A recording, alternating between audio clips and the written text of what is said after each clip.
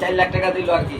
6 লাখ টাকার মধ্যে 4 লাখ টাকা ধার্যকৃত টাকার মধ্যে আমি দ্বিতীয় পক্ষ প্রথম পক্ষের নিকটস্থ উপস্থিতি সাক্ষীগণের সম্মুখে এই তারিখে 4 লাখ টাকা গ্রহণ করি। তার মানে কি আমি আগের টাকা সহ আসবা 4 লাখ টাকা গ্রহণ করছি এবং আমি দ্বিতীয় পক্ষ একম পক্ষের ছেলেকে অর্ধ 27/2 তারিখে হইতে 3 মাসের মধ্যে কুরিয়া পাঠাবো।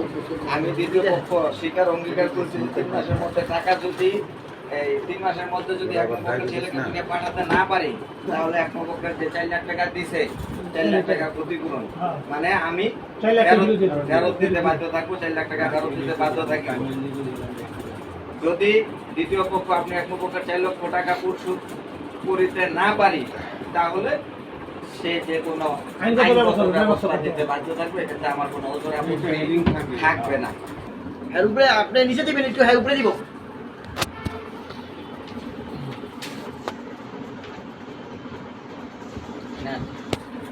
আমার ভাই জানা আমরা আগে দিলাম এবার হাই দিব নিচে দেন, এর উপরে দাদা হাজার আপনি দিলে তারা দেখা যায় আপডেট দিলাম।